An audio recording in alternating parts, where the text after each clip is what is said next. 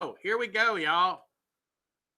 Skies blue like the Atlantic, and I'm going down like the Titanic. Skies blue like the Atlantic, and I'm going down, going down. All righty, so we got the Atlantic world. Now, the Atlantic world you'll hear thrown about all over the place by AP people. What is it? Basically, it's these relationships, these interactions between the various peoples of Americas, Europe, Africa, right? We used to just kind of look at the Columbian Exchange and we looked at this idea of triangular trade, but it is so much more than that. It lasts from the 1400s up through the 1800s. And what we get is this very integrated system where they are dependent on each other, right? And they're joined rather than separated by, that's right, this body of water we call the Atlantic, okay? And we're also going to look at colonial politics. And these are big, big things. We're going to talk about something called Anglicization. Anglicization. And I never can say it right. Okay. So there's going to be a lot of stuff on here, y'all, that's coming from your AP curriculum to show you they expect you to know this. And so, excuse me, what we got here, y'all, is we're going to talk about the political exchanges. A lot of our ideas are going to be coming from Europe, and eventually some of our ideas will be influencing them as well as Africa and other places. Economic, of course, that's one that's always been emphasized, but also when we look at the art, probably maybe tomorrow, um, and some of those, a lot of the art too is going to be something that's exchanged between these different societies, and you should be able to give some examples of that. So what's the big idea? The big idea basically is, how did the colonists begin to develop an identity during this time? How did they begin to develop an identity during this time? Now, not on this PowerPoint, but one that we'll look at tomorrow or Monday will have to do with something called the Great Awakening. And that's going to be this big religious movement, this religious fervor that takes place in the 1720s through the 1740s and has a big impact. But a lot of it is literally, it comes from England, so to speak, and then it spreads throughout the colonies. So that'll be more on a later PowerPoint, so be aware of that. Okay, here's your other key concept. It's commercial, it's religious, it's philosophical, it's political interactions between these Europeans, these Africans, these American native peoples. It's going to stimulate this economic growth. There'll be social networks, not like we think of with Facebook and stuff, obviously, but various means for these people to change and influence each other. And it's going to reshape all of those systems, particularly with the labor system. Okay. And here is the thing about the economy. Now, hopefully I gave you enough time on that. Let's see here. Some of this, y'all, you may have to go back and to get. So the 17th century here is going to create a labor market and exchange for goods. Okay. And while you're doing that, y'all, I'm going to go ahead and do roll. Okay. I wonder if I can possibly lead that slide up for you guys to write down what you need here. Looks like I can't really do that. Okay. Um, so I just got to do this stupid roll. It is such a pain to do this in the middle of stuff. Okay. All righty. Hopefully you're getting that written down. Okay. And let's see here. Was there something else that was supposed to go in there? Doesn't look like there's anything else. I left room for something else, but I don't see much more there. Created a labor market there. Okay. Um, okay, next. Colonial representation and self-government. Now, we used to make a big deal of this. An AP book spent several pages on this stuff. It isn't that big a deal. It's not that important anymore, but you should know the terms and be able to talk about it, because the colonies, y'all, are diverse, not just in the peoples that they have, not just in the religions, not just whether they have slavery or they don't have slavery or whatever. They're different as far as how people are represented in those. Now, the most numerous of all the colonies were those that are called royal, or they're sometimes called crown colonies. I like to call them RC colonies for RC Cola. Any of y'all ever had RC Cola? You've seen it. Okay, it still exists. I wonder because so many things that Mr. D remembers aren't with us anymore. But anyway, RC Cola, Royal Crown Colonies. Now, just like the name suggests, the king appoints the governor. The king appoints one of the two houses, the upper house of the legislature that the colony is ultimately going to develop. And we'll talk about the first legislature, the House of Burgesses, in just a sec. And of course, there you see the crown. I took that off my head earlier today just for y'all. Okay, now the second type of colony, second most numerous, is the proprietary colony. Now, if you guys ever have a business or if your parents have a business, it's often called a sole proprietorship. If it's just one person, the proprietor is the owner. If you want to be fancy sometime, go into a store or business and say, hey, may I talk to the proprietor, please? That means the owner of the business. A proprietor colony is one where the proprietor who got that colony given to him by the king or by the queen appoints the governor and the upper house. So think of it sort of like the crown colony is more direct. The king picks the people that will run things. In the proprietary colony, the king picks the proprietor, but then the proprietor picks the governor and the upper house of the legislature. Now, there were also two colonies called charter colonies, and really, you should know these. There's a lot of historians that say if the British had been more like this, where they had allowed more freedom for Americans, more power to decide their own fate, we might not have had a revolution or it might have been postponed. Now, both Connecticut and Rhode Island have their own charter where they run things. And in those colonies, y'all, the voters will elect both houses. They have a lot of power. They basically pick who is going to run their individual colony. Now, this is one of the two key facts that you need to know specifically from here, because this is so important in understanding the colonies. From the very beginning, almost the beginning, y'all, from 1619, that's just 12 years after Jamestown is founded, and pretty much in time for the rest of the colonies, Americans or American colonists, British colonists, whatever you want to call them, they all enjoyed some control over their own affairs. This is very unique. You don't see the people having their own assemblies in New France. You don't see that happening in New Spain. So from the very beginning, Americans tasted that bit of freedom.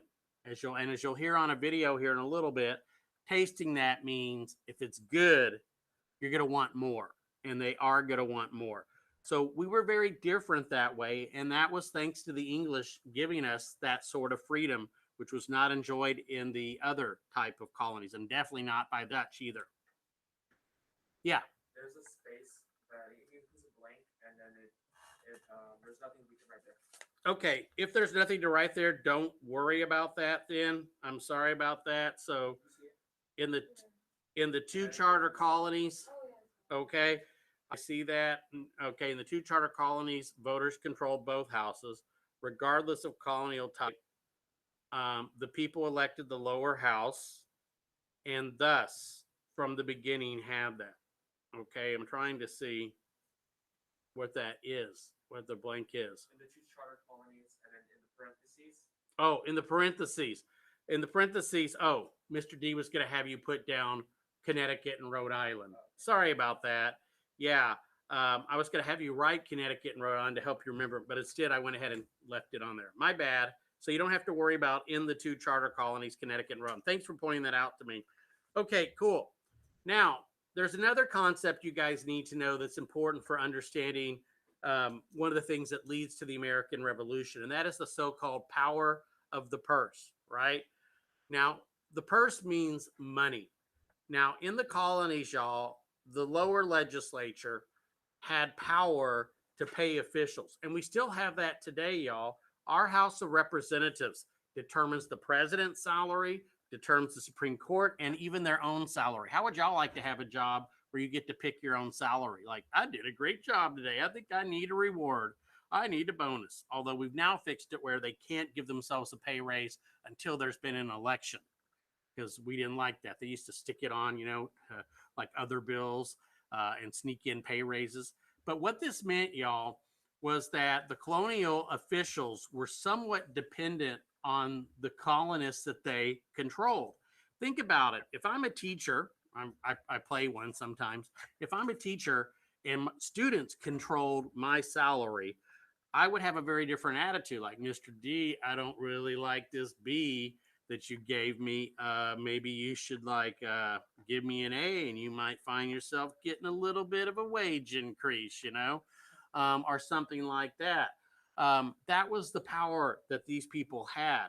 But eventually that's going to be stripped away.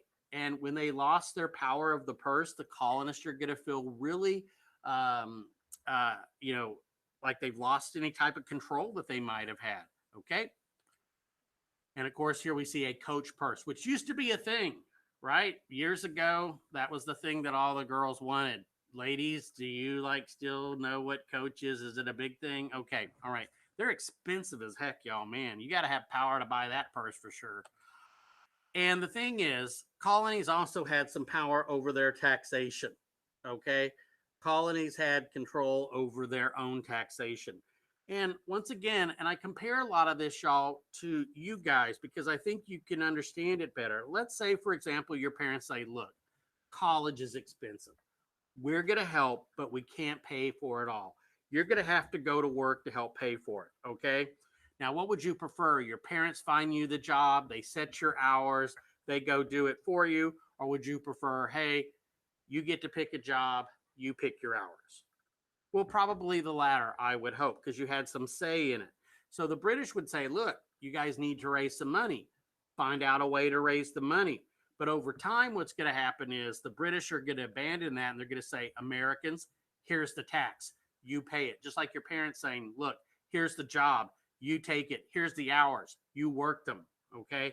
And so the colonists, y'all, they're kind of given this freedom initially. And we'll talk about why at some point and all of that. But gradually, that freedom is chipped away. And if you've had freedom and it's taken away, it's much worse than if you've never had the freedom, right? And so that's what's going to happen, and that's going to lead to the revolution. Now, the granddaddy of all of American representative government, you need to know. It is the House of Burgesses. The House of Burgesses. Individual people who were in there were called burghers. Two burgers make a Burgesses. So I guess next time you go to Whataburger, if you get two burgers, it's Whataburgesses, I guess. But anyway, this was the first representative body in colonial America, and it's 1619. That is a good year to know because, as you guys may have heard, there's something called the 1619 Project that came out of the New York Times. And in the 1619 Project, they emphasize the fact that it's also the same year that we get the first Africans arriving here. Now, there's some controversy among historians about whether these first Africans were treated more as indentured servants or they were treated more as slaves. All we know is that these people were traded by Dutch sailors who arrived to get stuff that the Dutch sailors needed for their ship. Awful to think of human beings being traded that way, but that was the case. But anyway, so it's ironic, y'all, the year we begin representative democracy in this country, 1619 for some people, is also the year that at least the beginnings of African slavery in what becomes the United States also begins. One of those many ironies, right? Now, the way it worked was two citizens, burgesses, in other words, would be picked from each of the 11 districts that were set up in Virginia, okay? They were usually wealthy people because, once again, y'all, an average person could not give up their life to go stay in Jamestown, where this was at the point, and do this kind of work. They just couldn't. They just didn't have the time. They didn't have the money, and they weren't paid, if they were paid anything, enough to do this. So realize this is relatively a group of elite men who are going to go do the representing for the rest of us in Virginia. And it's going to kind of stay that way in the South, where a group of pretty much rich planters are going to dominate Southern politics and be very, very protective of this idea of slavery.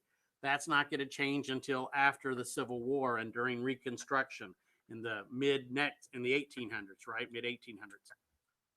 Now, many founding fathers are going to kind of get started in the House of Burgesses. a young Thomas Jefferson, George Washington, y'all. They all get started there as well too. Okay. Now I'm gonna let you see a brief video by a guy who I like. I don't know, you guys might find him kind of corny or whatever, but if you're ever looking for a topic and you feel like, man, I don't know much about this, Mr. D didn't really explain this very well. If you look up hip use, he probably's got a video on it. So here's an excerpt of one of his where he talks about the House of Burgesses. It's about 3 minutes long. Grow food and do the types of things that are going to make you a profitable colony. So therefore, the Virginia Company sets up a great charter, which is basically kind of like a sales ad for the New World. And what it says is that if you get there, if you pay your own way, you get 50 acres of land, you get a voice in your new government. And that's what's going to be the House of Burgesses. And in 1619, that is set up. There is a lower house. That lower house in this Congress, or the Virginia Assembly, is the House of Burgesses. First, it's made up of 22 members, 2 elected representatives from 11 of the settlements. And then there's an upper house. First, it's called the Gentry, and they changed their name later, but this is basically the Senate. And they're appointed from the colonial power of Great Britain. And there's also a royal governor that's appointed. So this isn't by any means of the imagination pure republicanism. There's oversight and there's controls from the monarch. But it's the idea, and here we go, you want to write this down. It's the idea that this is self-government. For the first time ever in the New World, settlers, or at least white men, have the ability to taste the sweet, flavor of M&Ms. And this is the M&M concept that I teach in class, that if you never have M&Ms, you don't know how good they taste. And what basically the King of England, through this charter, and the Virginia Company have done is they have given us a bag of M&Ms, and we're never going to want to let go. And eventually we're going to want to own the M&M factory. Other colonies, they didn't do this. In the New World, yes, in the Americas, but Spanish colonies don't do that. The French colonies didn't have representative bodies because it gives the people a voice. And if you give the people a voice, the voice is only going to want to grow louder, not softer. So the House of Burgesses, guys, 1619 to 1776, the first body of representation in the New World. And I'm not going to lie to you, it didn't go very well in the beginning. There was malaria. There was a huge Indian attack on March 22nd of 1622. 400 people were massacred. And because of that kind of crisis atmosphere, the voice of the people was always subjected to the will of the upper house, the governor, hence the king in Great Britain. So I'm not talking about really an actuality of representational democracy, but I'm talking about a taste. And it's the taste. Like once you taste something, you really never forget about how good it tastes. So there you go. We're done, guys. That's all right. So you get the idea there. And he's kind of fun like that. He tries to be very hip and things like that, but you get a little bit. And I like his idea, y'all, of it's the taste. Yes, this wasn't true democracy. It was representatives, wealthy guys, but at least it was the beginning of it. Okay. Now, another example, though, that is more of a direct democracy is what they had in New England, particularly in Massachusetts. Now, what would happen in this system, y'all, all freemen, and here's some, Mr. D, that's the wrong freemen. Those are freemen. Those are from the movie coming up in December called Dune. If you haven't read the book, y'all, you need to read Dune. This is going to be an awesome movie when it comes out in December. Amazing set of books. But anyway, there's the freemen people. But no, we're talking free men. Now, freemen are male members of the Puritan church, right? These people were allowed to help vote for governor and the legislative assembly, okay? Now, that wasn't direct democracy, but what they did below here, y'all, in what's called the New England Town Meeting, all white males, and once again, I know there are some limits here. You do see some ladies in the picture watching. I don't know if they were able to participate directly, but they were able to vote on things and to show up and share their piece and to vote directly, what we call pure democracy, kind of like what the Greeks had without you and me having to elect morons. I mean, people to go to Washington, D.C. for us, okay?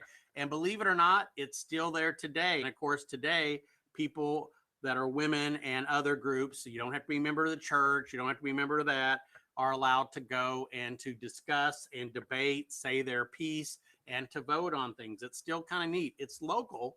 It's not statewide or national, but it is kind of a neat idea. And New England pioneers that, okay?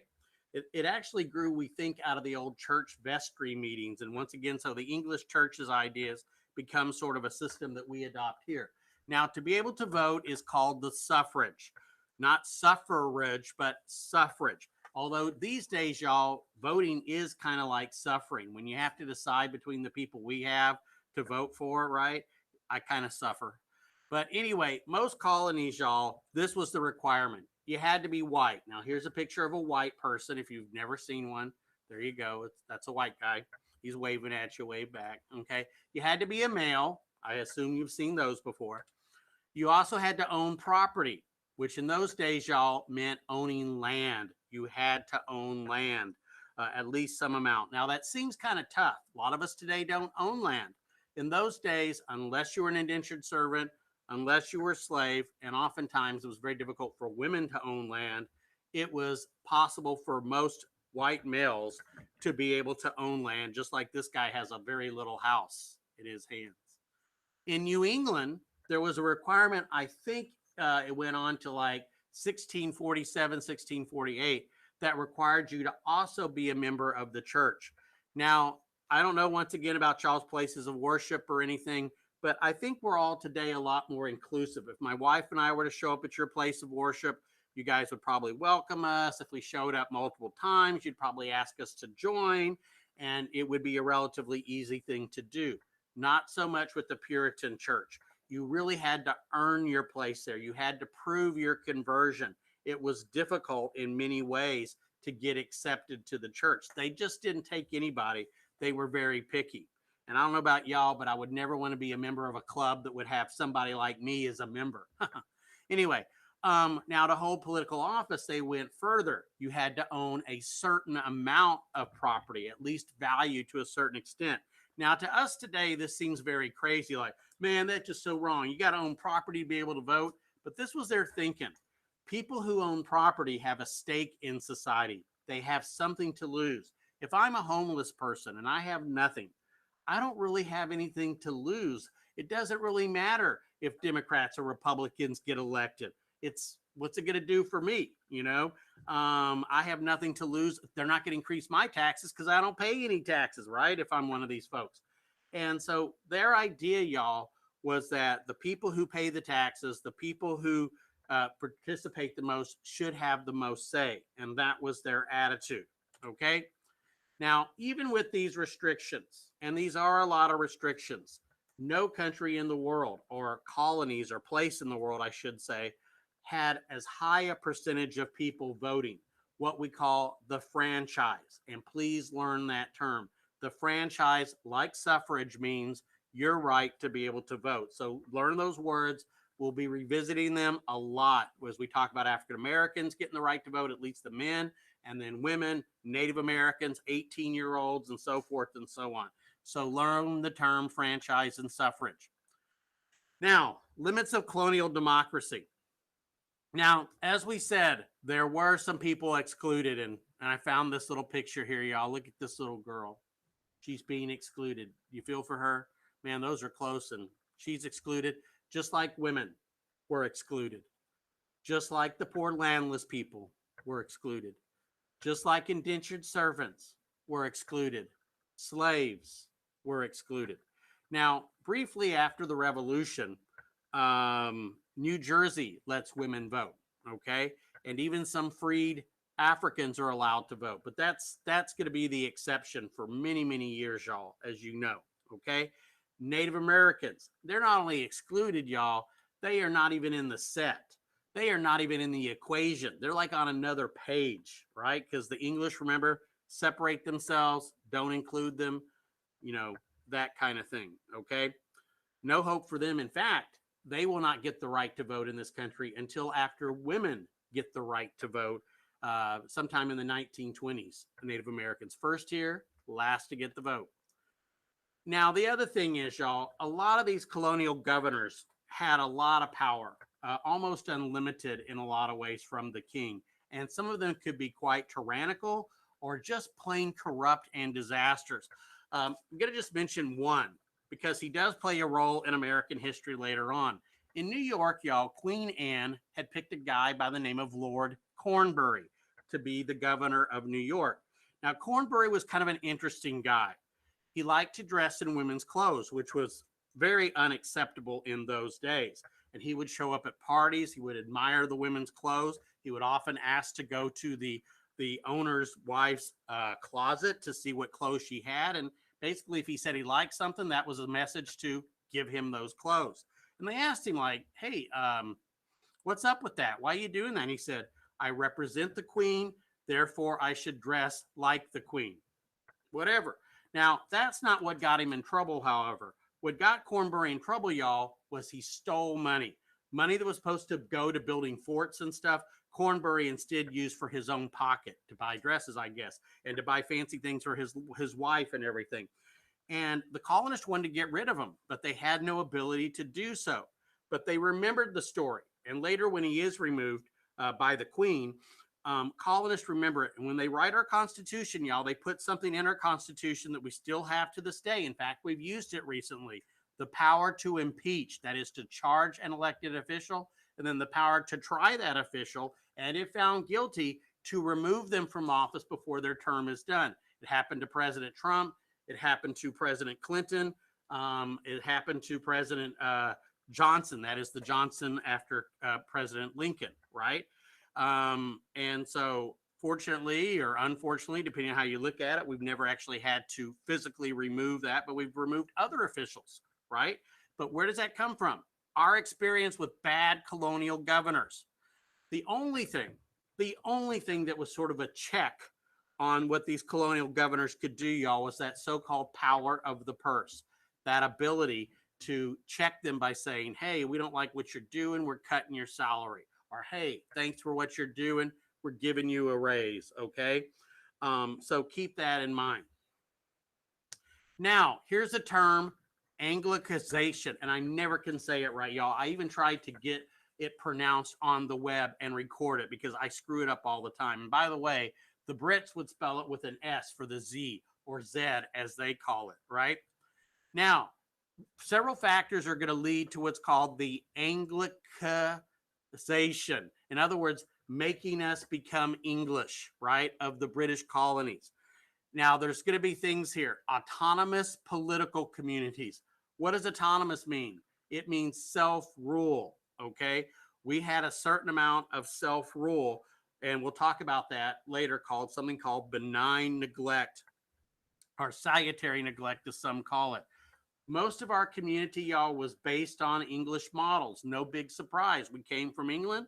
We brought the best of England and threw out what we didn't like. Also, we developed commercial ties with the English. That's only makes sense. The English, first of all, made laws that required us to trade with the English. But even then, it's easier to trade with people who speak your same language, who play by the same rules and have the same customs and stuff like that. We're going to see this print culture. Americans loved newspapers. They loved British books and novels and things like that. And all of those things are going to happen. So let's unpack that. Let's go step by step.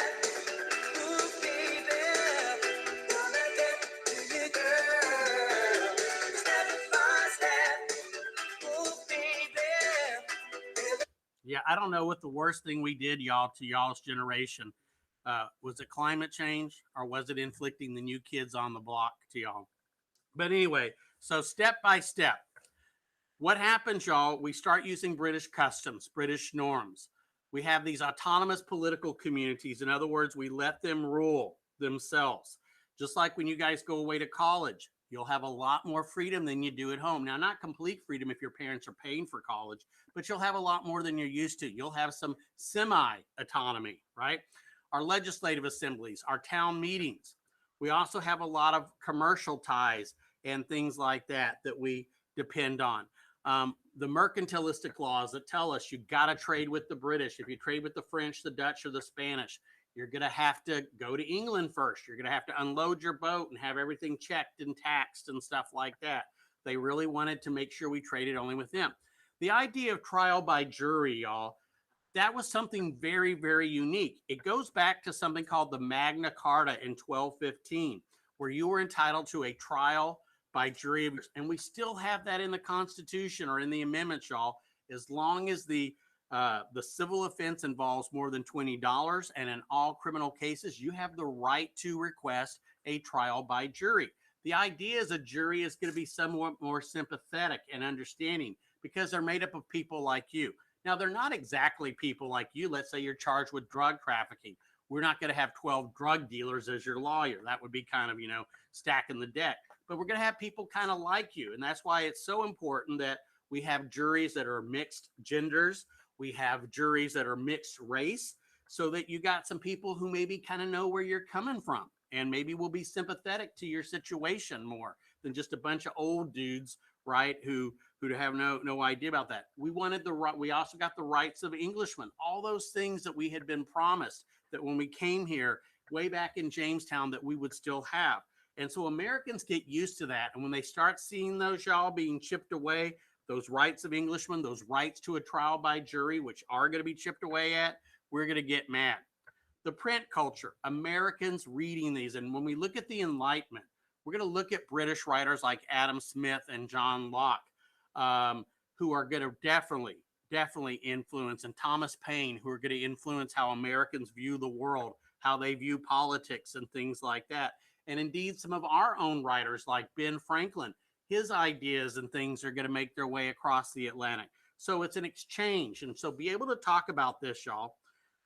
Also, one of the big things that this is going to be a separate lecture with the Enlightenment is this Great Awakening, where English and Dutch, evangelists, that is, ministers, come over and they evangelize, they preach, they tell their story, their faith, and try to convert people or change people's ways. That's going to be a big thing. And a lot of that comes from England as well, too. Okay. And also the concept of religious toleration. Now, it wasn't perfect by any means, but John Locke is going to have a big influence on people being more tolerant of other faiths. Now, you and I know initially the toleration was pretty much only for Christians. First, it was for Catholics, then it was for Christians. But over time, Americans become one of the leaders of this idea of religious toleration. And a lot of it comes from England, where they had years before done terrible things to Catholics and terrible things to Protestants. And those ideas, you'll see that personified in places like Pennsylvania or in Rhode Island or in places like that. So these are all things that we do get over here, y'all. And of course, Enlightenment ideas that come over here that we'll be talking about in a separate lesson. Now, we look at this graph here, y'all, and call me weird, but would it have been too weird to have like white people with a white line, black people with a black line, Native? I mean, that would help me remember it, okay? But Mr. D, is different. They never seem to do it. It's like that map, y'all, that had the indigo, and they could have made it purple or blue, and rice they could have made white, but they didn't. But anyway, so we see the white population, y'all, in New England. Remember, when did they first arrive? 1620. Boom, they come here, man. 1630, man, we get like 1,000 of them in one big bump. Okay, and then you see it takes off because of tons of immigration, and they're finally not dying. They're actually living long enough to have kids. All right, we look at the Native American population. Starts off a lot higher, but then what gradually happens? What do y'all think the explanation is for Native Americans dying? Disease. They're either killed or they're pushed away, right? That's just it. And especially with King Philip's War, the Pequot War, you got King Philip's War over here in 1676. If you haven't watched those videos I posted on that, you should. You've got Pequot War over here in the 1630s. So AP would give you something like this and have you explain it. What does this chart demonstrate? Or what does this map or whatever graph demonstrate? What does it prove? Now, African population, the black population, it barely climbs. It has a little bit, it even drops here a little bit, it looks like. It doesn't go up. Why aren't there more Africans of African descent, people of African descent in New England during this time? Slavery's not a big deal. They don't have the big plantations. They don't have the farms. They don't have the money, right? Yes, they participate in the slave trade, but most of those slaves go to the southern colonies, right? They just don't have the soil. They don't have the climate to have these big plantations on which, sadly, people were forced to work, okay? So that's the kind of stuff you should be able to do when you see a graph like this. Now, the Dominion of New England, we're going to go ahead and end with this here. This is the last slide of this group. 1686, right? It's 2 years before something called the Bloodless or Glorious Revolution. Now, when you look at it here, you see what's included. It's all these green places. It's New York. It's what was part of Massachusetts then, but later becomes Maine, the Plymouth Colony, the Massachusetts Bay Colony, Connecticut, what is today New Jersey, East and West Jersey, right? That is all included. And we normally don't think of New York or New Jersey as part of New England, y'all. Usually New England is just these places, Vermont and New Hampshire. So once again, what's included in this? Well, first of all, you should know it was imposed by England.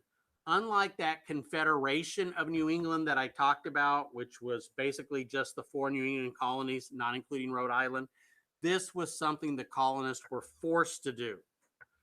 All in New England that we know today, New York and New Jersey was included in it. So it was a bigger New England, as I said, than the other places. Now, supposedly, this was the British justification. They said the Indians are a problem. Now, by 1686, y'all, we've had King Philip's War. We've had the Pequot Wars. Indians are not that big a problem anymore in the area. But that was the British justification for doing it. So that's it, ticket. Yeah, that was the ticket. It's for defense, right? Now, what's the real purpose? The real purpose was to enforce these navigation laws, these navigation acts. In other words, we didn't want the colonies trading with France. We didn't want them trading with the Dutch. We didn't want them trading with Spain, okay? Trade with England, trade with the mother country. By putting these all together, that was the idea. Now, the person in charge of it was this guy, and he is like one of the first jerks in American history. Americans absolutely hated this dude. His name was Andros. Now, what did he do? Well, he shut down those town meetings or closed them.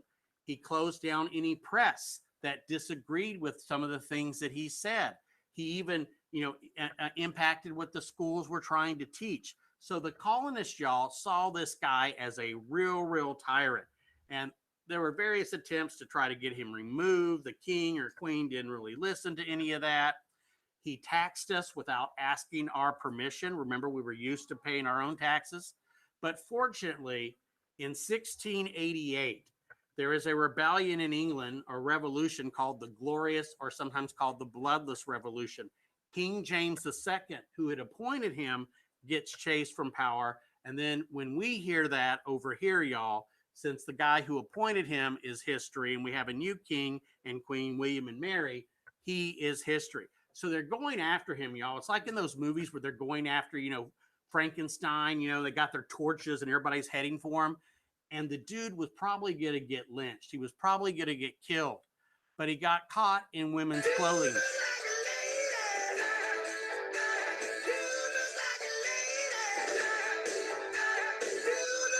Now, the thing is, he did look like a lady except for one thing. He had boots on that did not fit. And so they caught him with these very masculine boots on and women's clothes. And that is how they caught him. And that ends the Dominion of New England. But it is also the end of what is sometimes known as benign neglect.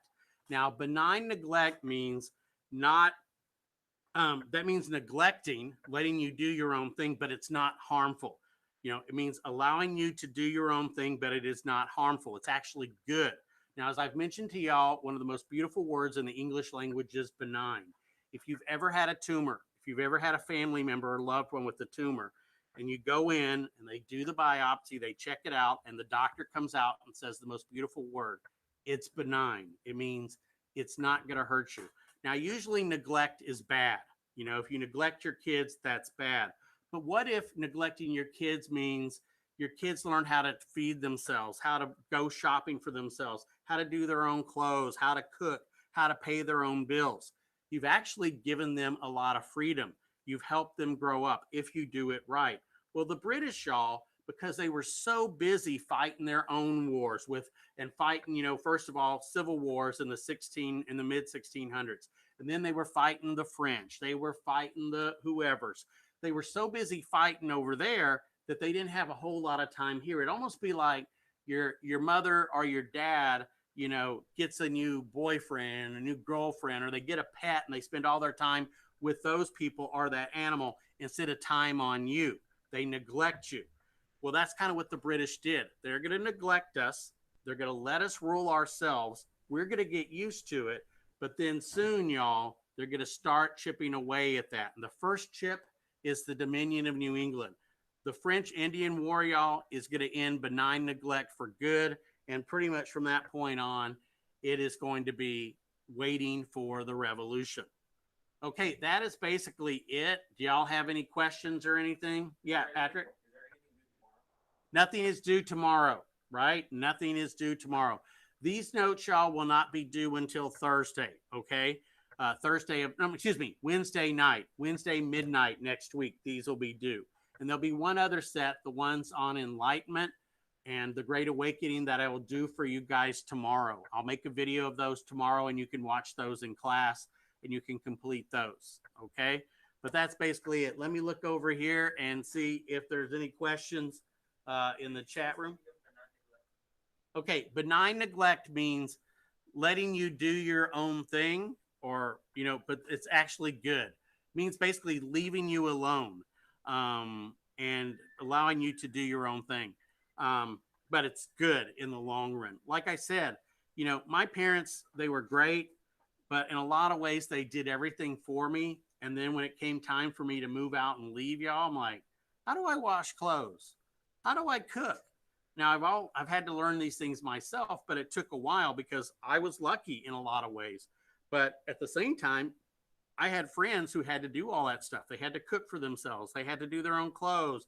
They had to do everything like that. So when they went off to college or when they moved out of the house, they were able to do it. And so the British, y'all, by practicing benign neglect, they let us rule ourselves. They let us pass our own laws. They let us do those kind of things. So we kind of grew up early. Now, why they did that? They were so busy fighting themselves, you know, fighting other people. But in the end, it's good because we learn how to take care of ourselves. But when they start taking away that power, when we get the new evil stepdad called George III, he is going to take away that benign neglect, and we ain't going to like it. All right, y'all, that is it. Es todo. No mas.